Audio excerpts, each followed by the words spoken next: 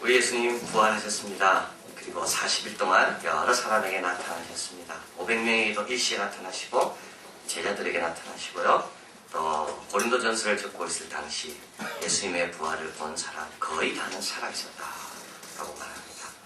예수님은 부활하신 다음에 참으로 다양한 사람을 만나셨고 동시에 다양한 장소에서 또 만났습니다. 의심 많은 도마, 그는 집에서 만나셨고요. 3번 부인한 베드로, 그는 고기 잡고 있는 바닷가에서 만나셨습니다. 엠마오로 가던 2 제자, 이름은 나와 있지만 그들은 길에서 만나주셨고요. 그리고 오늘 살펴볼 7 귀신 들렸다가 나은 막달라 마리아, 빈 무덤에서 만나주셨습니다. 이게 뭘 말하는가? 이 부활의 능력과 은혜가 어디서나 누구에게나 필요하고 임할 수 있다. 이 부활이라는 이 하나님의 능력과 이 뜻은 어떤 상황에서도 다 적절하다. 그러면서 동시에 부활의 은혜와 부활신앙은 특별한 사건과 특별한 시간에 더욱 빛나는 것이구나. 그것을 알게 됩니다. 언제나 부활신앙은 붙잡아야 되지만 길처럼 의심이 들 때처럼 또는 집안에 있을 때처럼 또는 빈 무덤 같은 어려움 앞에 있을 때 더 붙잡아야 하는 것이 부활신앙이다. 그것을 알게 합니다. 우리는 이번 주부터 우리 예수님 부활하시고 승천하시고 하나님 보좌 우편에서 성령을 부어주시는 6월 4일 오순절까지 그 5번의 주일에 걸쳐서 부활에 만났던 사람과 그 장소의 의미들, 그것에 대해서 살펴보려고 합니다. 오늘 그 첫 시간으로 막달라 마리아가 빈 무덤에서 주님을 만납니다. 빈 무덤. 사복음서는 모두가 빈 무덤을 강조합니다. 이 빈 무덤이라는 것은 너무 중요한 것이기 때문에 그렇습니다. 왜 중요하냐면 2가지 의미에서 그렇습니다. 첫째, 빈 무덤이라는 말은 예수님의 부활은 영만 부활한 것이 아니라는 겁니다. 예수님의 몸을 둔 그 무덤이 비었다는 말은 예수님은 영만 부활해서 하나님 보좌 우편에서 우리와 함께 거하신다. 그게 아니라 예수님은 몸까지도 부활했다는 것을 우리에게 말하고 있습니다. 그래서 사복음서는 모두가 다 무덤을 비었다는 것을 강조합니다. 무덤에 가면 예수님의 흔적은 하나도 없습니다. 그래서 이렇게 말하는 건 틀렸습니다. 예수님은 몸은 여기 계시고 영은 부활하셔서 하나님 보좌에서 우리를 위해 기도하신다. 그건 틀린 말입니다. 왜 몸이 중요하냐면 몸이 부활해야지만 죽음을 이기는 겁니다. 죽음이라는 것이 몸과 영과 혼을 갈라놓았다면 예수님의 부활을 통하여 죽음이 정복당했다는 것이 바로 몸의 부활을 말합니다. 그래서 몸도 죽음을 통과할 수가 있구나. 이 몸도 죽음의 권세가 어찌할 수 없구나. 그것을 빈 무덤이 말해주고 있습니다. 이는 우리의 구원도 마찬가지입니다. 우리가 구원받을 때 영만 구원받지 않습니다. 온 몸이 함께 구원받습니다. 예수 믿는 사람들은 부활 때 무덤 파보면 아무것도 없습니다. 다 우리의 몸도 주님의 영광의 몸으로 변화되어 주님을 맞이하게 되는 겁니다. 창조의 완성입니다. 하나님께서 창조하셨던 이 몸이 부활 때 온전한 모습으로 변화되는 거지 이 몸을 버리는 게 아니라는 거죠. 빈 무덤, 부활이 뭔지를 알게 합니다. 또 그래서 사복음서 모두는 이 빈 무덤이 실제로 역사적이었다는 것을 매우 강조합니다. 오늘 본문도 한번 보십시오. 이 빈 무덤을 언제 발견합니까? 때와 시간이 나와 있습니다. 안식 후 첫날입니다. 요한복음 기록하는 사도 요한뿐만 아니라 모든 복음서는 이 빈 무덤의 발견이 이 역사적인 거라는 것을 매우 강조합니다. 안식 후 첫날 빈 무덤을 발견한 날짜입니다. 이른 아침 발견한 시간입니다. 그리고 이 비었음을 확인한 자가 누굽니까? 마리아와 여러 여성들입니다. 그리고 마리아가 너무 놀래가지고 베드로하고 요한에게 알려주고 베드로와 요한이 뛰어와서 무덤이 비었음을 발견합니다. 그런데 여기 뛰어온 게 나와 있죠. 베드로가 늦게 뛰었습니다. 사도 요한이 빨랐습니다. 이 구절이 굉장히 중요한 구절입니다. 사실은요, 이 구절은 없어도 됩니다. 그런데 왜 이 구절을 넣었을까요? 베드로보다 요한이 빨리 뛰었고 그러나 요한은 무덤 안에 못 들어갔고 베드로가 들어갔다. 이걸 왜 적었을까요? 모든 것을 철저하게 적었다는 것을 말합니다. 하나도 그 과정을 놓치지 않았다는 겁니다. 이게 역사적으로 너무 중요한 사건이기 때문에 복음서 기록을 한 사람은 누가 먼저 뛰었는가, 누가 안을 돌아봤는가, 그 안의 상태는 어떠했는가 정확하게 기록하고 있어요. 반박이 있었나요? 반박이 없습니다. 여러분, 이 구절을 놓고 그 당시에 살았던 모든 사람 가운데 어느 누구도 반박한 사람은 없습니다. 빌라도, 로마 병정들, 제사장들 반박이 없습니다. 여기 보면 빈 무덤 그 안에 상태가 또 나와 있죠. 세마포가 모여져 있었고, 그리고 조금 떨어져서 머리에 쌌던 수건이 켜져 있더라. 이게 빈 무덤 안의 상태를 묘사하는 겁니다. 수건이 놓여져 있습니다. 정돈되어 있습니다. 머리를 쌌던 수건은 개켜져 있습니다. 이 말은 뭐냐 하면 몸만 살짝 빠져나간 겁니다. 벗고 빠져나간 게 아니라 이상하게 빠져나간 겁니다. 그래서 원래 예수님의 머리를 쌌던 그 모습이 그대로 몸만 빠져나가고 그대로 있는 겁니다. 나사로가 주님에 의해서 살아나올 때 그는 붕대를 풀어야 됐습니다. 그들의 쌌던 붕대를요, 사람들이 다 풀어줍니다. 그거는 부활의 모습이 아닙니다. 그건 소생의 모습이죠. 다시 죽습니다. 그러나 부활의 형체는 어떠냐면 있던 모습 그대로지만 그러나 이상하게 우리가 경험할 수 없는 신비로운 모습을 가지고 부활한 것이 바로 부활이다. 그래서 당시 사람들은 예수님의 시신을 누가 훔쳐간 거 아니냐 의심도 했지만 도둑이요 시신을 훔쳐갈 때 이렇게 훔쳐가지 않습니다. 정돈하고 가지 않습니다. 그런 식으로 수건과 세마포를 놓고 훔쳐갈 수가 없는 겁니다. 우리 예수님은 새로운 형체, 부활체라고 하는데요, 부활체로 살아나셨습니다. 무덤은 비어있었고 그 비어있는 모든 역사적인 현장 기록을 사복음서는 당당하게 기록하고 있습니다. 아무도 반박 못하고 아무도 이의를 제기하지 못하고 그러나 너무도 당당하게 예수님의 무덤은 비어있었고 세마포는 놓여있었고 수건은 개켜있었다. 그리고 더 당당하게 이것을 처음으로 본 사람이 누구냐면 여성이다. 당시 여성은 법정에서 증인 채택이 안 됐습니다. 만약에 이것을 꾸밀라 했다면 여성이 봤다고 쓰면 안 됩니다. 불리해집니다. 베드로가 봤다고 해야죠. 그러나 성경은 너무도 당당하게 빈 무덤을 처음 목격한 사람은 여성이다. 그래서 빈 무덤은 우리 예수님은 몸을 입고 부활하신 분이요. 우리도 부활할 때 우리의 몸을 입고 부활할 것이요. 이 빈 무덤은 역사적인 사건이고 사실이다. 그것을 우리에게 먼저 강조합니다. 자, 그러면서 빈 무덤은 무덤이라는 특별한 상황이 또 있습니다. 무덤은 아무나 찾기 싫어하는 곳입니다. 아무도 찾으려고 하지 않는 곳이 무덤입니다. 무덤으로 누군가 우리를 초청한다는 말은 슬픔으로 초청하는 것과 같은 말입니다. 그런데 이 빈 무덤에서 부활하신 예수님을 만나고 이 무덤이 찬양의 자리, 기쁨의 자리로 바뀌었다는 겁니다. 그래서 아까 말씀드린 이 부활과 역사성에 대한 이 빈 무덤의 묘사는 일반적인 빈 무덤이 주는 가치라면, 보편적인 가치라면 오늘 우리가 살펴볼 이 빈 무덤을 통한 영적인 교훈은 어떻게 보면 객관적이고 주관적인 교훈이 여기에 있다. 주관적이고 개인적인 교훈이 여기에 있다. 무덤과 같은 어려움을 당한 우리, 가기 싫어하는 길을 가야만 하고 지기 싫은 짐을 져야만 하는 우리, 이 빈 무덤 앞에 선 우리가 부활하신 예수님과 함께 이 문제를 어떻게 풀어야 되는가? 오늘 본문에서 주는 교훈이 있습니다. 첫째, 빈 무덤은 그 어떤 어려움도 하나님의 능력 안에서 해결할 수 있다는 것을 알게 합니다. 예수님을 안장한 무덤은요, 삼중의 장치로 막아져 있었습니다. 무거운 돌, 아무도 손대지 못하게 찍어놓은 옥린, 그리고 무덤을 지키는 사람들. 이 정도면 아무 일도 일어나지 못할 것으로 기대했습니다. 누가 감히 빌라도가 황제를 대신해서 도장을 찍어놓은 그 도장을 찍고 무덤으로 옮깁니까?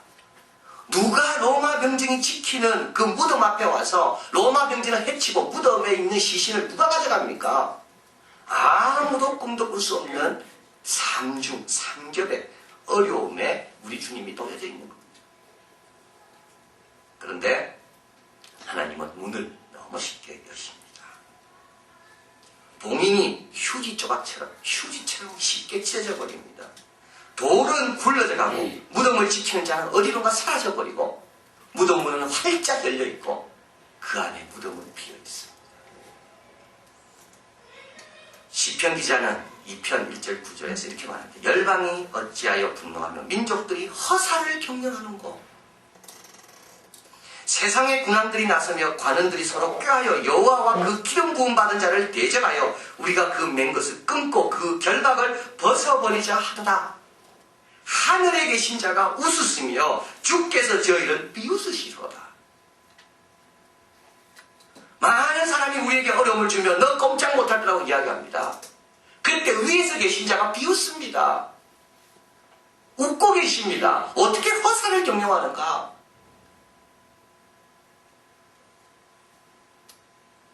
빈 무덤을 이루신 우리 하나님께서 우리 가정에도 누가 꽁꽁 얽어맥는 그 줄을 우리 하나님의 가벼운 손짓 하나로 쉽게 풀릴 수 있다는 겁니다.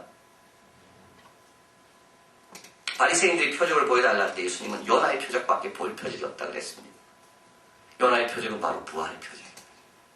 여러분 부활을 믿습니까? 그러면 다른 거 다 믿어야 됩니다. 5,000명을 먹인 것도 쉽습니다. 무리를 걸으신 건 아무것도 아닙니다. 거지 바디메에 눈을 뜨게 한 건 아무것도 아닙니다. 부활을 믿는 사람은 모든 기적은 아무것도 아닙니다. 무덤문을 여신 하나님의 권세를 믿는 사람 안에서 모든 것은 아무것도 아닙니다. 시편 2편은 계속 이렇게 말하죠. 여호와께서 내게 이르시기를 너는 내 아들이다. 오늘날 내가 너를 낳았도다. 내게 구하라. 내가 열방을 유업으로 주리니 내 소유가 땅끝까지 이르리로다. 내가 철장으로 저희를 깨뜨리며 질그릇같이 부술하시도다. 이 빈 무덤은 오늘 나를 둘러싸고 있는 어둠과 아픔과 괴로움. 하나님께 구할 때 무덤 문이 활짝 열리듯이 한순간에 열릴 수 있다는 것을 기대하게 하고 그 가능성을 바라보게 하고 그 믿음으로 물러서지 않게 합니다. 이게 빈 무덤입니다. 두 번째로 빈 무덤은 하나님께서 우리에게 주시는 축복에 대해서 말합니다. 마리아는요 시체가 없어진 것을 가지고 너무 큰 충격을 받았습니다. 그의 마리아의 가장 큰 관심은 예수님의 시신이었습니다. 예수님의 시체에 시신이 있어야 예수님께 드리고자 하는 그 애도의 표현을 드릴 수 있기 때문에 그렇습니다. 마리아의 관심은 이거였습니다. 순수했지만 어떻게 보면 너무나도 작은 거였습니다. 그리고 마리아는 시간이 없습니다. 예수님 금요일날 돌아가셨고요. 토요일날은 안식이었고 이제 주일날은 이제 제3일째 됩니다. 유대인들은 관습적으로 제3일이 지나면 이 영은 다 떠난다고 보았습니다. 그리고 나서 썩기 시작하게 되니까 이 영은 더 이상 내가 애도를 해도 애도가 아무런 효과가 없다고 믿었습니다. 그래서 오늘을 놓치면 더 이상 애도가 효과가 없어지게 됩니다. 그래서 마리아는 작정하고 새벽 일찍 주님께 왔는데 시신이 없어진 겁니다.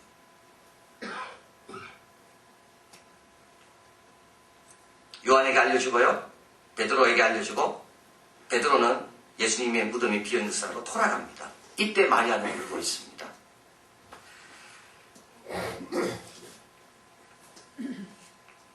근데 이게 울 일입니까? 이게 울 일입니까? 예수님께서 부활하셔서 무덤이 비었는데 이게 울 일입니까? 이게 애석할 일이 절대 아닙니다. 가장 맞지 않는 행동을 지금 마리아가 하고 있는 겁니다. 주님이 부활하셔서 살아계시는데 이 어두컴컴한 습기 있고 추운 이 땅바닥에 놓여 계시는 게 아니라 주님은 지금 부활하셔서 우리와 함께 거하시는 그 놀라운 위치에 계시는데 울고 있다니 이건 너무 말이 안 되는 일입니다. 그래서 예수님께서 천사도 말씀하죠. 마리아야 왜 우느냐? 근데 마리아는 우는 이유가 있죠. 자기가 원하는 것대로 되지 않아서 우는 겁니다. 그런데 원하는 것대로 안 되는 것이 더 좋은 일입니다. 우리가 이것을 놓치고 있는 겁니다. 하나님이 하나를 가져가실 때 더 좋은 걸 주시려고 가져가시는데 우리는 더 좋은 것을 바라보지 않고 하나 가져가신 것만 가고 울고 있는 겁니다. 마리아는 웁니다. 왜 웁니까? 빈 것만 봅니다. 왜 비었습니까? 더 놀라운 걸 채우시려고 비우신 겁니다. 우리가 왜 안타까워하고 시험에 들고 왜 괴로워하는가 하면 하나님께서 주실 새 것을 바라보지 않고 이미 내가 생각하고 내가 고집 부리며 내가 잡아야 될 그것이 놓쳤다고 그래서 울고 있는 겁니다. 근데 울다 보면 어떻게 되나요? 예수님을 못 알아봅니다. 여러분, 슬픔에 잠기면요 객관적인 합리적인 생각을 못하게 됩니다. 슬픔에 너무 빠지게 되면 영광을 볼 수가 없습니다. 영광을 볼 수가 없기 때문에 슬픔에 빠지기도 하고요. 슬픔에 빠지다 보면 하나님이 함께 계심을 경험할 수가 없게 됩니다. 참으로 잘된 일인데 마리아는 웁니다. 그리고 마리아가 말하는 걸 한번 보십시오. 누가 내 주님의 몸을 가져갔는가? 우리도 보통 어려움 당할 때 이렇게 이야기합니다. 누가 나를 어렵게 만들었는가? 누구 때문에 내가 이렇게 됐는가?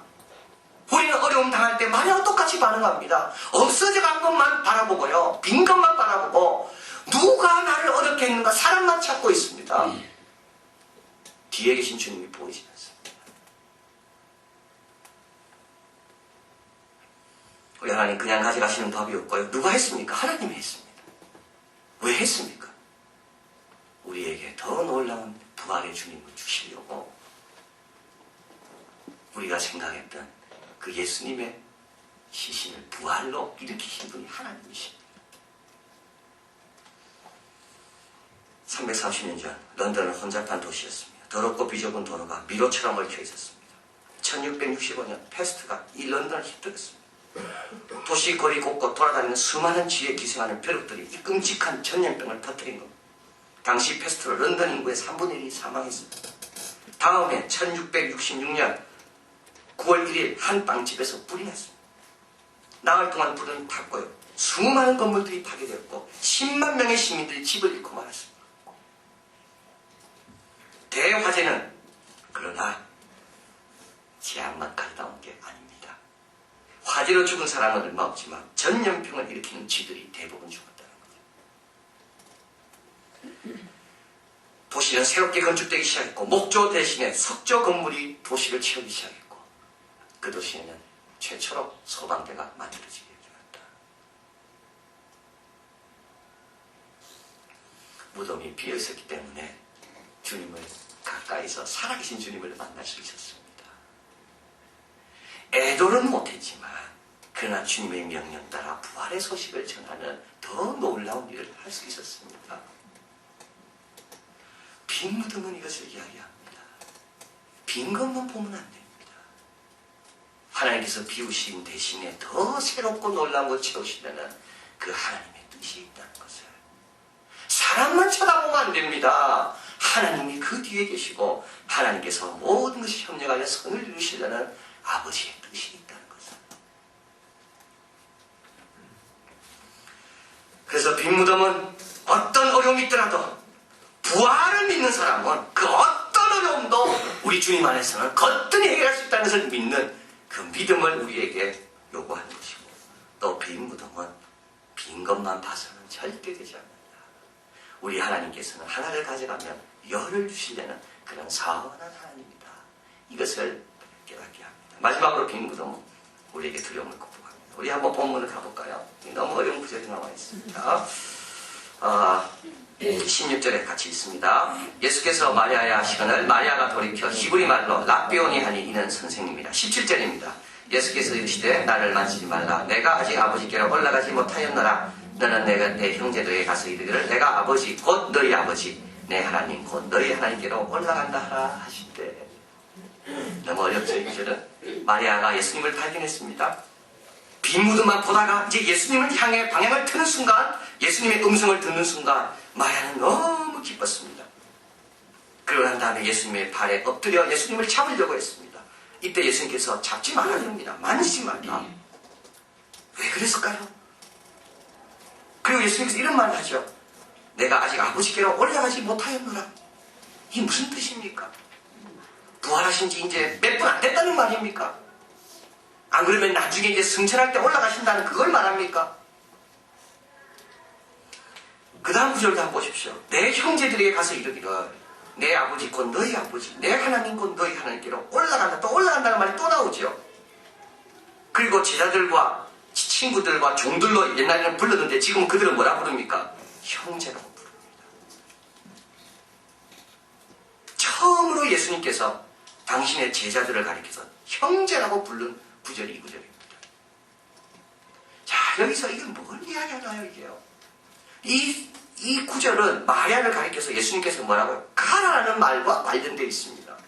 예수님께서는 지금 마리아가 만지려고 하니까 만지지 말고 가라라고 이야기합니다. 만지는 대신 너는 가라. 가서 전하라. 그런데 막달라 마리아가 전할 미치냐면 그렇지 않습니다. 막달라 마리아는 장녀였습니다. 막달라 마리아는 7 귀신이 자기에 들어왔던 그런 과거가 어려운 사람입니다. 이 막달라 마리아가 예수님의 부활의 소식을 듣고 간다고 누가 믿겠습니까? 그래서 막달라 마리아는 주저되는 겁니다. 나는 그냥 예수님하고 함께 있는 게 좋습니다. 근데 예수님께서 만지지 말고 가라는 말은 너가 지금 그럴 시간이 없다는 겁니다. 빨리 가라. 나는 과거와 달라졌다. 과거에는 육체와 육체로 만났지만 이제는 성령 안에서 얼마든지 만날 수 있으니까 가면서도 만날 수 있고 살아가면서 만날 수 있으니까 시간이 없다. 빨리 가라. 그러면서 주님께서 뭐라 얘기하죠? 내가 올라간다.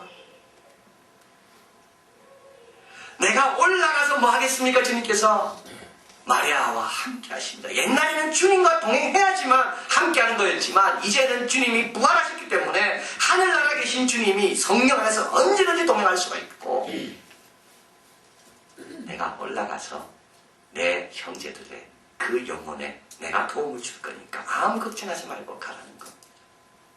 자, 그리고 나서 올라간다는 말에 세 번째 중요한 뜻이 있습니다. 올라간다.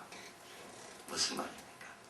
나도 너를 이 귀한, 이 존귀한 자리로 오르게 하겠다는 겁니다.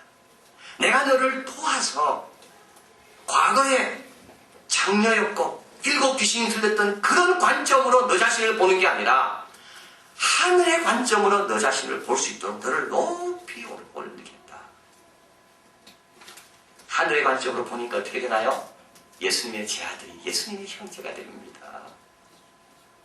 하늘의 관점으로 사람을 보니까 남자 여자 구별이 없어집니다. 다 하나님 안에서 한 식구들입니다. 그러니까 어떻게 되나요? 그들을 향해 가게 됩니다. 두려움이 없어지게 됩니다.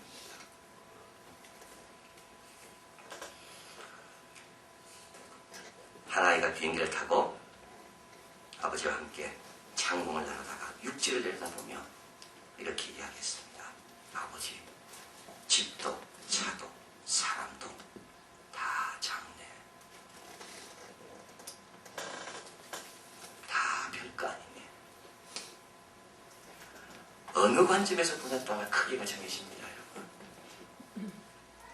내 높이가 문제의 크기를 정합니다. 문제의 크기가 문제를 정하는 게 아닙니다. 내가 어느 정도 높이에 있냐에 따라서 문제의 크기가 결정됩니다. 아버지와 함께 예수님과 함께 하늘 보좌에서 문제를 바라보면 그건 아무것도 아닙니다. 그러나 내가 빈 무덤 옆에서 마리아처럼 과거와 땅에 있는 그 높이에서 문제를 바라보면 꼼짝도 할 수 없습니다. 토미 테니는 하나님의 관점이라는 책에서 이렇게 말합니다. 아마 당신의 문제가 그렇게 커 보이는 것은 당신의 고도가 그만큼 낮기 때문일 것이다. 비행기 조종사들은 기상상태가 극도로 다른 두 지점을 안전하게 통과하기 위해 얼마나 낮게 날 수 있는가 보다 얼마나 높게 날 수 있는가를 늘 염두에 둔다. 당신이 낮게 날면 그때마다 당신의 위치는 그곳의 날씨의 크기에 좌우될 것이다. 그러나 당신이 높게 날면 대부분 경우 위험한 기상 조건을 피해갈 수가 있다. 그렇지 않은 삶에 있어서의 관건은 당신이 얼마나 높게 날 수 있는가에 달려있다. 예수님께서 마리아를 두려워 떨고 있습니다. 누가 마리아의 말을 믿어줄까요? 7 귀신이 들렸던 여성인데. 근데 예수님께서 내가 모른다고 이야기합니다. 그들은 내 형제들이고 내 아버지가 그들의 아버지라고 옳은 관점을 마리아에게 주고 있습니다. 하나님 아버지에서 바라본 세계라 그 세상이 어떤지를 마리아에게 설명해 줍니다. 그들은 내 형제고 그들은 내 가족이니까 걱정하지 말고 가라. 빈 무덤은 우리로 하여금 하늘의 관점을 가져야 됨을 알리야. 빈 무덤에서 우리 주님은 내가 높이 올른 그 관점을 마리아에게 주고 계시기 때문에 그렇습니다. 조지 모리스는 말합니다. 빈 무덤에는 3가지가 있었다. 하나는 정돈, 하나는 향기, 하나는 기쁨. 우리 주님은 부활하셨지만 세마포와 수건을 잘 정리해 놓으셨고 예수님의 옷에 묻었던 그 향품으로 인하여 그 빈 무덤 안에는 향기가 가득 찼고 그리고 그 빈 무덤 안에서 만났던 그 예수님과 받았던 그 사명과 그 위로와 축복을 인하여 빈 무덤은 기쁨의 장소가 됩니다. 여러분 가정과 여러분 개인에게 얻지 못하는 것이 있어도요 우리 원하는 것과 전혀 다른 방향으로 일이 전개된다 할지라도 내가 원했던 것이 아니라 무덤은 비어있었다 할지라도 결국 그 일로 인하여 감사하게 될 것이요 향기가 나게 될 것이요 기쁨의 이유로 변할 겁니다. 그 이유는